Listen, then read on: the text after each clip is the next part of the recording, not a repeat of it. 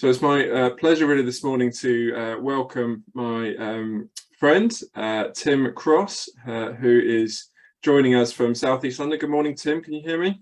I can, John. How you doing? All right? Yeah, good. Thank you. How are you? Yeah, I'm all right. Good. Well, I'll just introduce you briefly, if that's okay, Tim, just for those who don't know you. Some of you may recognise Tim. He joined us just over 3 years ago now at our Catalyst Teams training and did some training with us in person at Yarnfield Park, which was really well received. Tim is a pastor from South East London of a church called River Church, which is a growing, thriving church in Orpington in South East London. Tim also heads up the Mission Life Grace network of churches across the UK and leads that work. Tim's married, got three kids, and is also a good friend of mine. And this morning I've invited Tim to speak to us on a topic that I know is close to his heart. And I would just say, although he will be the first to say he's not perfect in this area, what he's going to speak about is an area that I feel he's really got many strengths in, and he's able to teach others in this area. So we really look forward to hearing what you've got to share with us this morning, Tim. Shall I just hand over to you and we'll go from there? Yeah, it's great to be able to join you guys again. Slightly different doing it on Zoom, isn't it? But it's good that we can gather from, I guess, all over the country, which is amazing. What John's asked me to look at this morning is something that is something that John and I have been sort of working on kind of over the last kind of couple of years. And some of you may know that John and I do a little podcast together, which is called Leading at a Local Level, because we wanted to talk about stuff that relates to leadership at a local level. Often when you do listen to podcasts, etc., they're talking about organisations and churches that are just huge. And so we wanted to do something that focused on people like you guys, people like me that are just leading smaller churches, smaller organisations, like teams even. And one of the things that we kind of encountered was that there was kind of a bit of a gap, really, a bit of a deficit. And I don't know if you can go to the next slide, John. I'm going to have to do that thing where I talk to you and ask you to move the slides on. It's good. And why do some leaders struggle to make real progress within their teams? This was kind of a question that John and I kind of started to really think about and think through. Why is it you can have a really great leader who appears to be absolutely fantastic at kind of vision and is really energetic and maybe motivational, inspirational, they're men of or women of godly character and maturity, but somehow something doesn't connect. And so clicking on John, this was kind of a problem that we really started to talk about over the next, we talked about it for weeks and months, and we kind of recognized that actually most of the leadership training that happens focuses on really two things. If you're a good person, if you're a good person, you've got good character, got integrity and maturity, and you can get some great ideas, you can have good vision, we train you how to be kind of a good leader at doing all those things, then clearly that should equal people being totally engaged in your organization or your team moving forward. But the reality was, clicking on John, that it wasn't often, to be honest, wasn't often the case. For some reason, in our experience, it just didn't really work like that. And we were looking and scratching our heads at so many different leaders thinking, they're great people, they've got a great idea, but somehow people are maybe engaging for a little while, and then after that, they sort of disengage, and the whole kind of thing just kind of grinds to a bit of a halt. And so really, we kind of started to dig into that question, and we came up with this idea of people wisdom. Really, the gap often is not that the plan or the leader, it's actually their ability to be wise in their handling of people. They just don't necessarily handle people very well. And really, we kind of have tried to switch that model around and say, okay, so say you've got a leader of godly character who is mature and trying to do the right thing. If they can learn to be people wise, that will actually lead to some even better ideas and some better vision, better strategy, and actually then everybody will start to move forward together. And we identified leaders that were doing that really well, and we started to look at and think about what is it they do that is different, or the things that they do, sort of reverse engineering a little bit and saying, well, okay, let's try and put this together into some kind of model. And so we came up with this idea of something called people wisdom. And we looked at, there were 5 components, which I'm going to very briefly talk through this morning. We will stop as we go through. And they were essentially, these people were God aware. They really knew what God was doing in their life and what God was doing in their team or in their church or their organization. They were self-aware. They knew what their strengths and weaknesses were. They knew what others were. They valued others. They were able to manage their emotions, and they were able to read the mood of the moment. And so we kind of distilled this into a little model. And I'm not going to take you through all of it. We've done some podcasts on these. So at the end, I'll kind of show you how you can get to those if you want to find out more. But what we're going to do this morning is we're just going to look at each of these in a really kind of brief kind of fashion. And then we're going to stop after each one and just give you a moment to reflect. And then at the end of, I'll talk for about 15 minutes, I guess, that kind of time. And at the end of that session, then what we'll do is we'll allow you guys in your groups to just talk through it really and just kind of reflect on it a bit.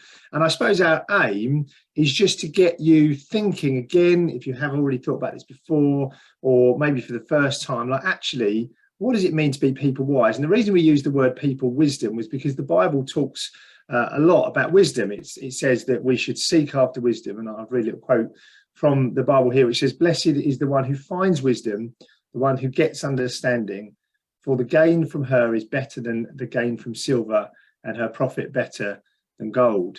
And really what we're saying is let's think about biblical godly wisdom. Let's pray for that wisdom. James 5 says, if anyone lacks wisdom, let him ask from God, who gives freely. And say, in that area of people, can we be wise? Okay, it's all about wisdom, really. So, John, if we look at these first, number one, being God aware. So what does it mean to be God aware? Well, at its core, it's really that people wisdom flows from the mind of Christ. It says, let's have Christ's mind. And as we know his mind better, so our wisdom increases. And so our heart is to say, Lord, can we know your mind better? And really that starts with being satisfied and secure in God. And the reality is that so many people, I'm a pastor, I deal with just ordinary folks like you guys every day. And what you realize is that most people, or not most people, but lots of people are still struggling to really be satisfied in God and secure in his love. And as leaders, that matters more. And it matters more because if we are not secure and satisfied in God, then that will affect our leadership. It will affect the way that we handle situations and people and things. And so it's really important that we start by knowing, am I aware of what God feels about me? Am I aware of what his word promises to me? Am I aware of that I am seated with Christ in the heavenly places? Is that kind of my identity? And I think it's really important that we understand this. And so it also follows through that if we understand that, we need to be walking closely with God, we need to be walking with him, walking in prayer. We'll talk about prayer in a moment, but just prayerfully walking with him. Because if you're not God aware, then, you know, everything else after this is just, how can you be wise if you're not aware of what God is doing? But there's also an element of prophetic awareness of his purposes. And what I mean, that word prophetic can often scare people, but it's just, I suppose, my way of sort of saying, are you aware of what God is seeking to do in your team, in your organization, your church? What is it God wants to use you for in this season? And we know, don't we, that God moves on from season to season. I was thinking about the story in the Old Testament where Moses strikes the rock, and the reason why Moses strikes the rock, and he gets into trouble, doesn't he? He doesn't get into the promised land because he strikes the rock. Now, previously, a few chapters earlier, God had told him to strike the rock and bring out water from the rock. And then, a few chapters later, they end up in a situation they need water again. And God says to Moses something different. He says to him, speak to the rock. And Moses, either because he was frustrated and angry with the people of God, or because he is a man and he didn't listen to the full set of instructions. My wife often tells me that I listened to the beginning bit, but not the end bit. He did the same thing again. And this is the thing, is that God doesn't always do the same thing twice. He doesn't always do the same thing. And so often you see leaders who they're kind of stuck in what God did yesterday. But we need to be current with God. And so that's partly what being God aware is. It's being aware of what God does in the moment, in the space, and seeing God at work in other people and through what we're doing. And so how do we do that better? How do we become more God aware? Well, we have to develop, and this is a challenge for probably many of us, a deeper prayer life. Are we taking our time to spend time with God in prayer? And are we adopting a watch and listen mindset? And that's got to be in our mind. And I suppose, lastly, do you invite other people in to pray with your team, or to speak to your team, or to encourage your team? Just to use an example, we a while back our church were considering church planting. We'd expanded beyond the space in our building, and so we invited John Greedle, to come and to meet with our eldership and to help us talk through and pray through kind of whether we should be church planting. And actually through that, we became really aware that God in this moment wasn't calling us to church plant. And so I just encourage you, if you haven't done that, it's a very good way of being God aware. Can I invite someone else to speak into that? And so God awareness, and I've spent quite a bit of time on it, but being God aware is so key to really everything else really that we do. So John, are we going to do a little Slido thing? Do you want to kick in, or do you want me to say something about this, or are you unmuted? Yes, I think you've got some questions there, haven't you, that are to ask ourselves and to take away, and we'll send this around afterwards, won't we, just so you can reflect on these at a bit more length. I'm just trying to click onto the. So I think what we're just thinking is how God aware are you in your current role? So looking at those kind of questions, I know you can't necessarily see them now, they're flipped on, but are you aware of what God is doing in your team in this season? Are you aware of what God is wanting to do in you and challenge you in this season? Are you comfortable with the fact that if your team doesn't achieve very much, that actually you'd still be satisfied with the Lord? Are you feeling frustrated? Just kind of those questions. It's interesting to see whether people feel how wary of what God is doing in your team and you at this time. Interesting. Judging up. Nobody's very aware so far. That's an interesting phrase. But nobody's unaware either. That's good. It's good. Are you there, John? Are you in the background there? I am there. Yeah, no, I'm there. I'm just saying this is anonymous. Don't worry. So we can't plunder the results. So you can be as honest as you want to in these slides. Yeah. Yeah, it's encouraging, isn't it? That people are aware, and I think John, it's so important, isn't it? People take time. If you haven't done so, if you're somewhat aware, I would really encourage you to go away. I do think one of the best things is sometimes to invite other people in to pray with you, or as a team to pray together. Lord, are we really clear what you're asking us to do in this season? Just very powerful, simple steps. But yeah, great to see that so many of you are aware at this stage. Good. Should we move on, John? Yep. John, what time have we got to finish? Just so I know. So, I mean, sort of 20:15, 20 past, and then we'll go into breakouts at that point. That's the aim. Brilliant. Okay, let's talk about self-awareness then. So self-awareness is obvious, isn't it, in some ways? Everyone, if you're going to be a good leader, you need to know your own strengths and weaknesses, your own tendencies, what you value, what you don't value. But this is the key.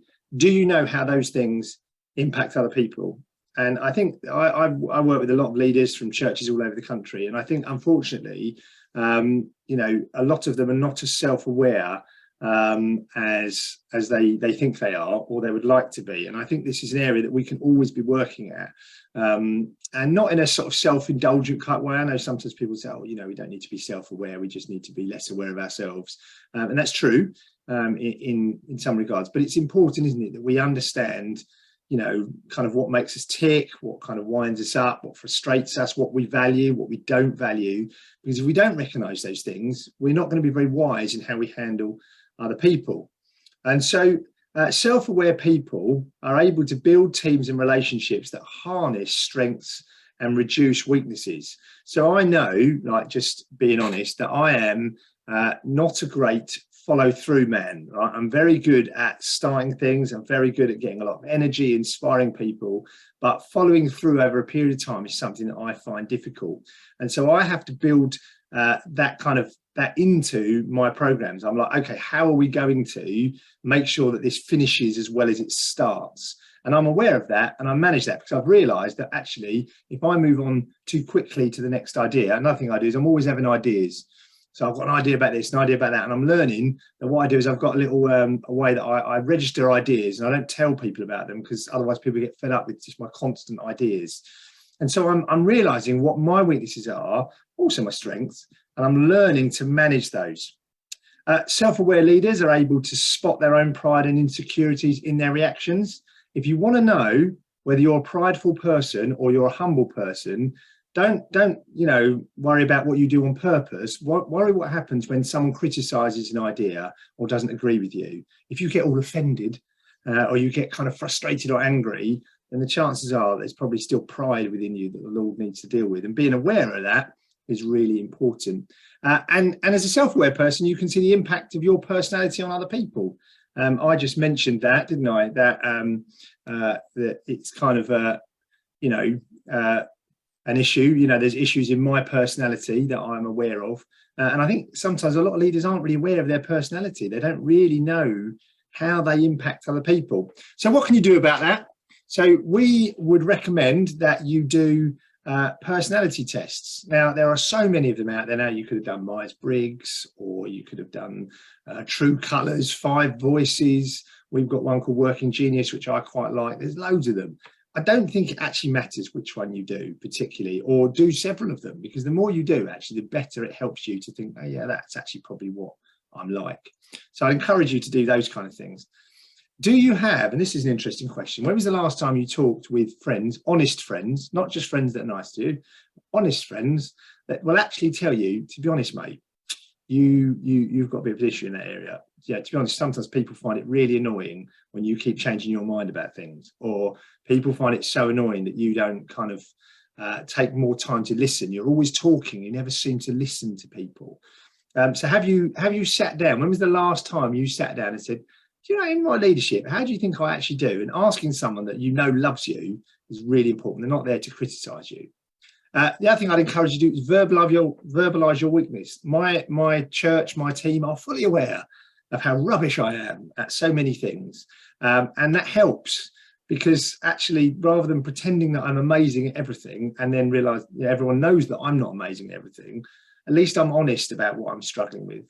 And I suppose the most important thing is probably to prayerfully reflect. Are you prayerfully reflecting on your issue, yourself? So yeah, good. All right, next questions. Let's do some questions. I told you it was going to be a rapido version. So do you know what makes you tick? Do you know what triggers anger and frustration in you? Do you know how you react to pain or disappointment? Do you know how you learn best? And here's a big question. I know you're all going to answer, yes, I'm amazingly teachable. We're all doctors, we have to learn all the time, and maybe you are, I don't know, but I've come across an awful lot of people that are not very teachable. They don't really want to learn, mainly my 9-year-old son, who doesn't want to learn anything for the moment. Everything, he knows everything. So yes, go on then, let's see if people are honest. I think we're gonna, I don't know about you, John, but I think people I'd be interested how self-critical people are at this point, but go on. Yeah,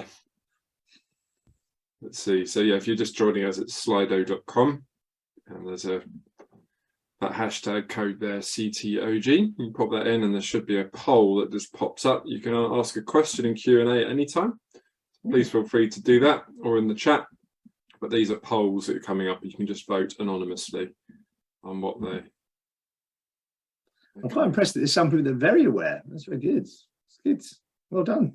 Yeah, great.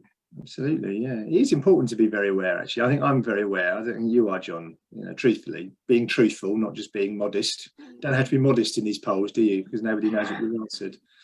Yeah, I think in healthcare, we do get sort of feedback and so on. So we can get senses from our teams, and I think sometimes it can be very painful though, because sometimes it isn't said. So we get that sense that we're known as a doctor who, in my case, who can overrun a bit. So, you get that sense amongst your team of some of these things, and it's easy to get quite defensive, I find, about some areas that I know I'm not so strong in. But I think that's where it's so powerful to actually talk with honest and helpful friends, because we do get feedback all the time, don't we, from other people. It's just having that in a safe, honest environment where we can actually do something about it. Because I think sometimes I feel a bit helpless, like, okay, I know I'm not very good in that area. How can I develop? Absolutely. As you say, often it's the strategies for improvement, not just the awareness. Absolutely, very good. Should we move on then, John? It's great that people are doing well in these areas. Good. What about others aware? So then, okay, so you're aware of what God is doing, what God is speaking in your life. You're aware of your own, what your weaknesses and strengths, but are you aware of other people? And so this is the ability. I think this is where the model starts to get more tricky, and probably where we spend less time in these next kind of few points. Are you learning to discern your emotion, other people's emotions, interests, abilities? And are you using those insights to manage your responses and relationships successfully? I used to be, before I was a church pastor, I used to be a secondary school teacher, and I used to manage quite a large department of 20 plus people. And one of the guys that I had working for me was an ex-builder that I used to manage. One of the departments I managed was a technology team, and we had a guy who used to teach construction, and he was an ex-builder, and he was very stereotypically kind of rough, ready, very rough around the edges, and he was someone who was actually brilliant with those difficult boys, those teenage boys who were disengaged with school. He used to teach construction, woodworking, those kind of areas, and he was brilliant at it, and the kids loved him. He was great, etc. But I also realized that because of his background and his personality, he wasn't actually brilliant at managing other people or working as a team player, particularly with maybe people that had come from a more professional background. And so being aware of that, I had to adapt and understand, okay, right, he's not going to do very well in these scenarios. And I learned quite quickly as a young manager how to get the best out of him, being aware of his personality and his needs. And rather than being frustrated at him because he wasn't very good at paperwork and he wasn't very good at kind of polite niceties because he was used to spending years and years on a building site, that actually there was lots of value he could add. And so it's learning to think to yourself, how do I sit in somebody else's shoes? What's someone else going through? And this is a challenge, and it takes a lot of emotional and mental energy to really do this. We think we do, but often it takes time and energy to really think, what's someone else going through in this moment? And again, do I really understand different personality types in my team? In my eldership, we have got one guy who loves details, brilliant with details, get it done type guy from a working class background. And he's brilliant if you want something done. But we've realized that certain conversations, it's just better if he's not in the room. If we're just going to talk, sort of around a subject for a really long time or a deep theological subject, it's like, he just gets really frustrated in those subjects and those conversations. So we just don't have them with him because he just gets annoyed. And I've got another guy who is very good and very reflective and very thoughtful. But sometimes I get frustrated. I'm like, have you not got an answer to this question? But he would be kind of thinking and taking his time. And by understanding those personality types, we were able to actually work much, much better as a team. And we work really well as a team, understanding that.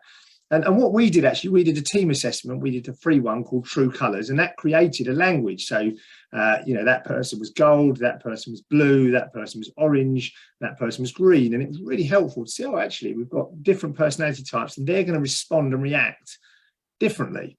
And so that was really helpful for me in understanding that. So if you haven't done that with your team, doing some kind of quick team assessment, it's such good value for money. Generally, if you've got a nice team, people that trust one another, it's a really fun activity to do. So we'd really encourage you, and then use that to create a language to explain how you're different from one another. It makes a huge difference.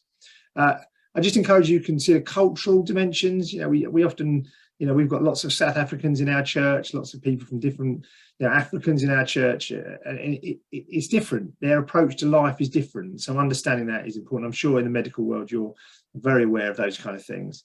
My last encouragement to you is do you spend time socially with your team? Just time as friends, hanging out with people, getting to know them, not just in the context of activity. So our questions then. So do I know the personality types in my team? Do I get the hidden meaning or the subtext in conversations? When someone says, oh, it's fine. That's an obvious one, but often what people say nearly always is not what they mean.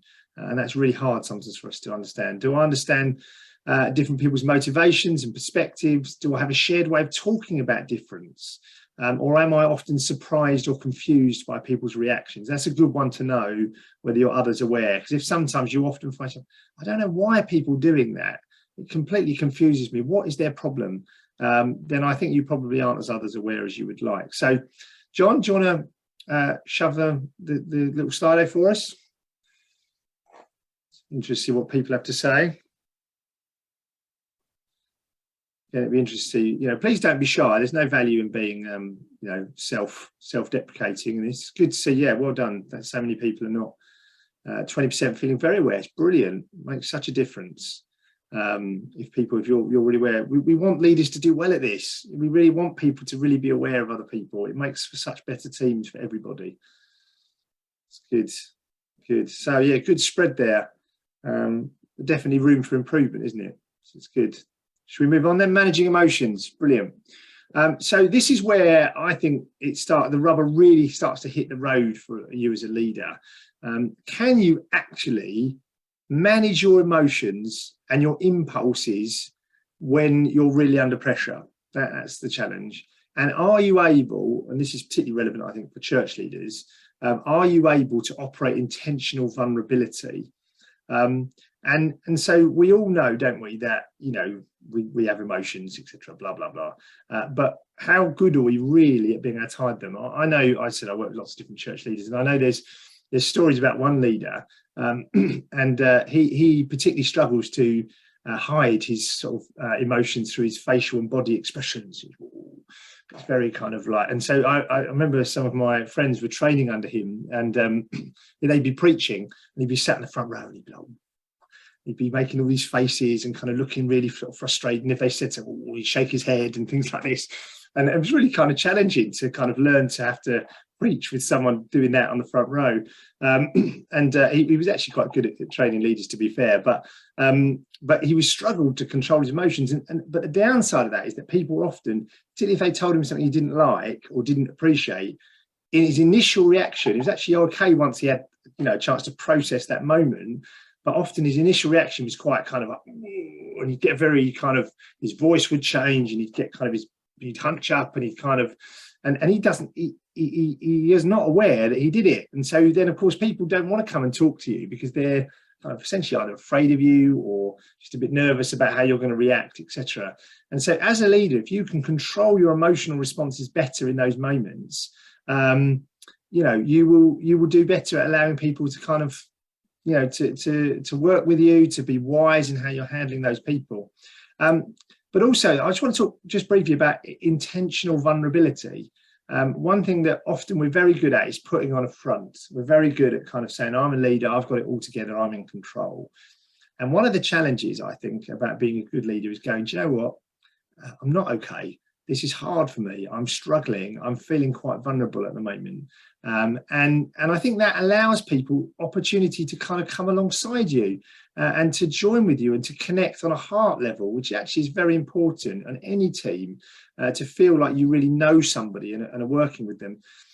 But balancing not oversharing or overexpressing your emotions is key. So if you're going to develop in this area, I think, do you recognize your own emotional zone? Are you recognizing at the moment that you're feeling a bit stressed? Are you recognizing you're feeling a bit kind of angry and frustrated underneath it? Are you, really at peace at the moment? If you're not, because that you will lead out of your emotional zone. You just will. It will just come out. Do you anticipate and plan for emotional responses to change? So if you're suggesting something, have you thought through, like, how's that person, again, it comes back to being other aware. Have you gone back and thought, actually, that person's going to react in that way to that situation? I've got to be ready for the initial wave of like, rah, that's going to happen when I suggest that, and be able to kind of take that rather than also respond and react in that moment. And if necessary, particularly if this is relevant to you, have you planned or thought about how you can be more vulnerable with your team? So on to our questions then. On to our questions, John. Here it is. So are you aware of how your body, face and voice handles tense emotional situations? Are you aware? Do you find it hard to control your emotions with other people? Can you be passive aggressive? This is the worst, isn't it? People who are passive aggressive in messages or comments. Yes, thank you for your, wonderfully worded email. Exactly, brilliant, isn't it? Are you aware of how your mood affects others in leadership? When was the last time you really opened up and said something about that you're struggling with and felt supported by your team? So, managing emotions, how are we doing at this kind of stuff? So let's just see, again, the joys of honest responses. So I think I still struggle with this. I still struggle. I think I'm okay, but I'm okay. I'm not. I'd be interested to know, actually. I'm sure, as particularly, I guess, if you're in the GP profession, as a GP or any form of doctor, I guess, being able to manage your emotions in tense, difficult situations, you guys must have maybe a leg up over the average population because of the number of difficult emotional situations you deal with. I've put something in the chat just to say that I find work much easier because you're constrained by your professional constraints. You just have to hold it together. But I think the real test comes is when it's at home, for me, when it's at home, and certainly where I find is where it's squeezing, where I'm not reacting well, maybe at church or at home.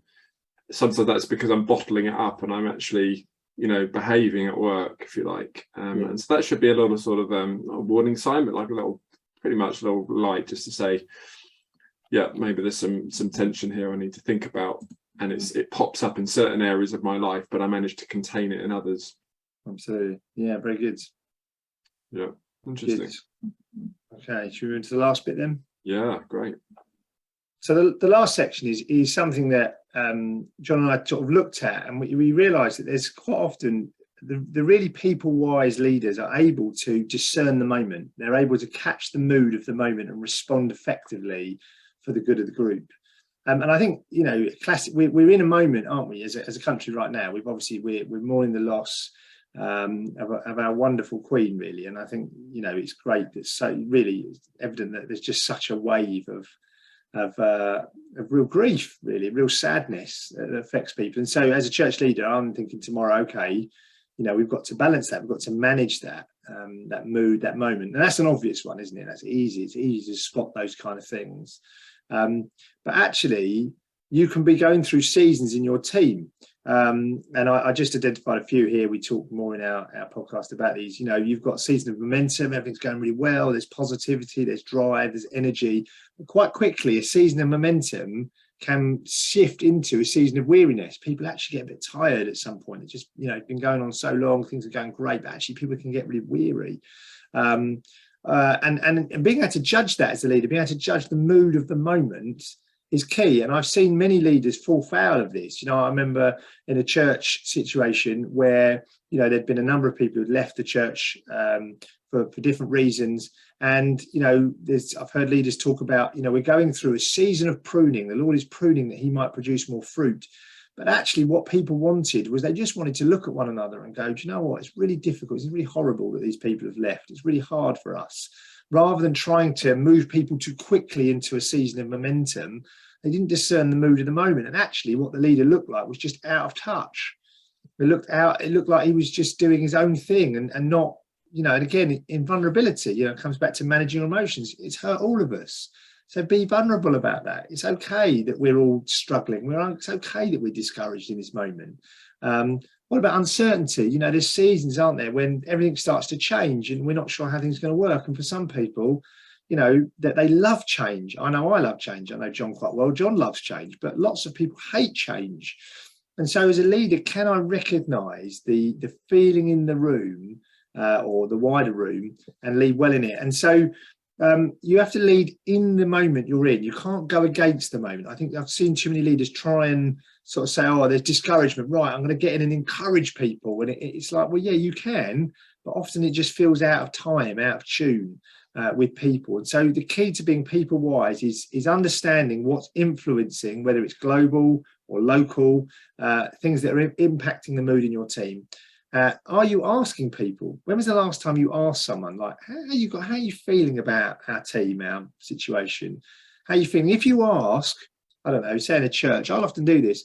I'll go around over the course of a couple of weeks and I'll just ask people in conversation, very low key, how are you feeling about things in the church right now? And often what you notice is a bit of a pattern. Oh yeah, it's great. We're loving it, obviously.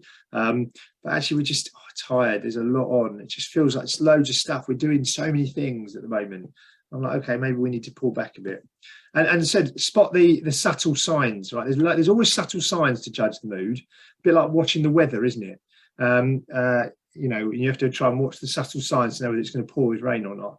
But are the meetings you're at, are they fun? Is there energy in those meetings? What are people praying about? how many new ideas are coming about, you know, and so looking at those little soul signs to help you judge and lead through the situational mood. So just cracking some questions. Do you know what the mood is in your team right now? Do you know how people are feeling about where things are at? Are you leading wisely in that moment? So John, should we just click the last thing and then we can move on to our discussion? Yeah, just as you're voting, just there's a note in the chat there about the generational nature of our teams, sort of comes under some others awareness, being aware that, you know, we'll come with different perspectives, sometimes generationally as well. Not that we put everyone in a box like that, but just being aware that there can be very different perspectives. So. Oh, see, this is interesting. It's interesting that more people, but nobody said unaware at this point. It's interesting, isn't it, that definitely people are less aware maybe of the mood within your team. Interesting. Well, that can be a challenge, I think, for us as Catalyst teams being very spread out. And I think some of you may be reflecting on that actually you're not running into each other in the corridor or week to week, and that actually those valuable little conversations can sometimes be lacking. And that's a challenge for us, I think, working across a larger area of how we make sure that we're able to reflect those things back to one another. It's good. It's good. And talking about difference and understand difference, I don't know if we want to go to the last thing. So John and I do this little podcast. It doesn't get a great number of hits, I'll be dead honest. We're not reaching thousands. If we manage to make 100, we're doing well. But we do just try. So if you want to know more about these things, like we've done a sort of a 5 or 6 part series about sort of 20-30 minutes on each of them, just digging into them a little bit more. So I'd encourage you just to kind of go and look at that if you're interested. And yeah, it's a great, we're just using it, I guess, as a way just to talk through these things. We'd love actually to know very genuinely your thoughts and feedback. I don't know, I'm pretty sure I speak for John in that respect. It's actually, how helpful is this stuff? Is it something that resonates or recognise, yeah, there are leaders that do struggle in these areas, and actually understanding how we help people, because, you know, in the end, we want people to lead well, and because if people lead well, then everybody does well, you know, generally. So that's good.